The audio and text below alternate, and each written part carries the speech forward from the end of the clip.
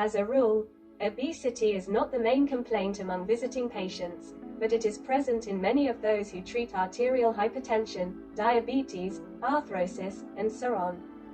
Doctors necessarily recommend patients to reduce body fat by modifying lifestyle and nutrition, often prescribing medications. Some time ago we had a patient with a body mass index of 55 suffering from type 2 diabetes. She told the doctor about her numerous attempts to lose weight. Having dealt with the history of these attempts, the professor recommended that the woman go to a surgical clinic for bariatric surgery. The biggest problem with obesity therapy, regardless of method, is adherence. Excess weight has accumulated over the years, and now for years, all my life, you need to follow the doctor's recommendations. Most obesity programs promise patients quick success, but not retention. In conservative therapy for long-term weight loss, the most important is a controlled combination of nutrition, exercise, and ongoing behavioral therapy.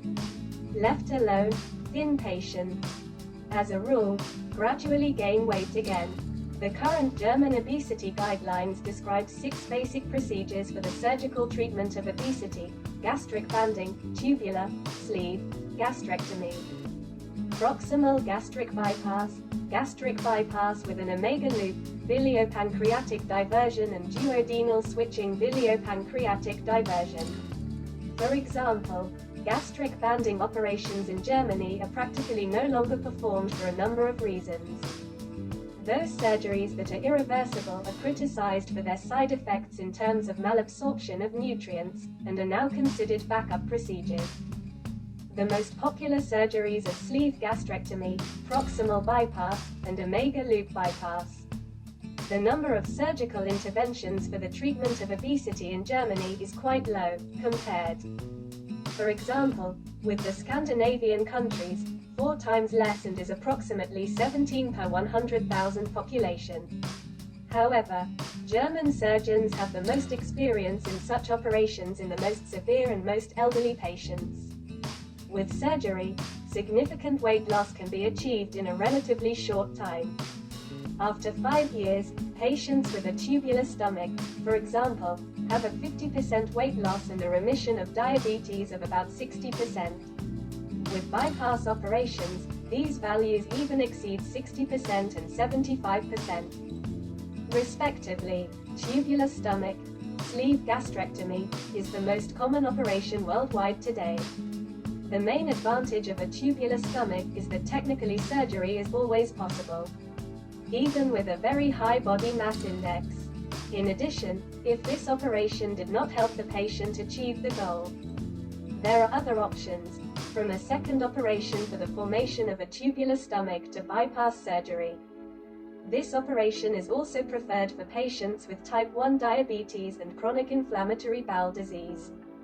One of the arguments against a tubular stomach is that new weight gain in an unruly patient occurs faster than with a bypass, due to the gradual expansion of the tubular stomach. This results in a relatively high reoperation rate, 20 to 40%. The formation of a tubular stomach can worsen the patient's existing problems with reflux of gastric contents into the esophagus. Classic proximal gastric bypass surgery is more complex and associated with more complications than sleeve gastrectomy. However, it has some undeniable advantages: significant improvement in reflux disease, better remission rates in type 2 diabetes, and significant long-term weight loss. However, due to the small gastric sac and the altered passage of food, malabsorption is inevitable. Thus, a constant preventive replacement of vitamins and minerals is necessary. As an alternative to classic gastric bypass, omega loop bypass is gaining popularity. The operation is less complicated than with proximal shunting, but the effects of malabsorption are more pronounced. Hernias occur less frequently, and surgery can be performed on patients with a significantly higher body mass index. Remission of type 2 diabetes is even better compared to proximal shunting. But there is a risk of biliary reflux and stump carcinoma. The situation can be summarized as follows.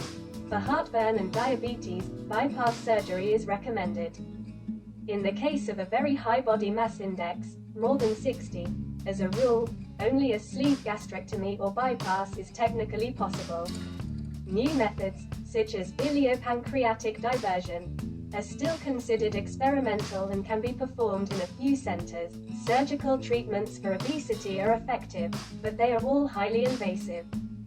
For patients whose body mass index is not very high, a less invasive method, endoscopic gastroplasty, tightening the stomach wall and thus reducing its volume, is a good alternative. Endoscopic surgery is less invasive, but also less effective. Weight loss is lower than with other surgical methods, but the length of hospital stay and complication rate are lower. Compared to lifestyle changes alone, gives a 1% weight loss in a year. Endoscopic surgery combined with lifestyle changes is much more effective, gives a 13% weight loss in a year. All activities, whether it be lifestyle changes, dieting, medication, surgery or endoscopic operations, are not only aimed at weight loss as such.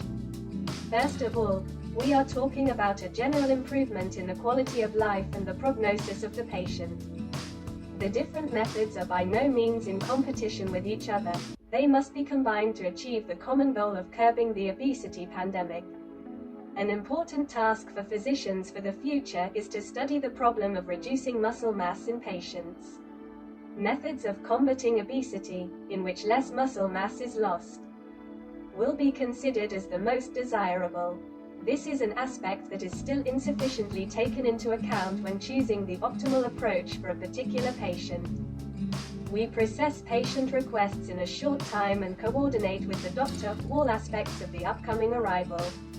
Patients receive an indicative cost estimate from the hospital for medical purposes, and our firm provides an estimate for additional services. We set an appointment date.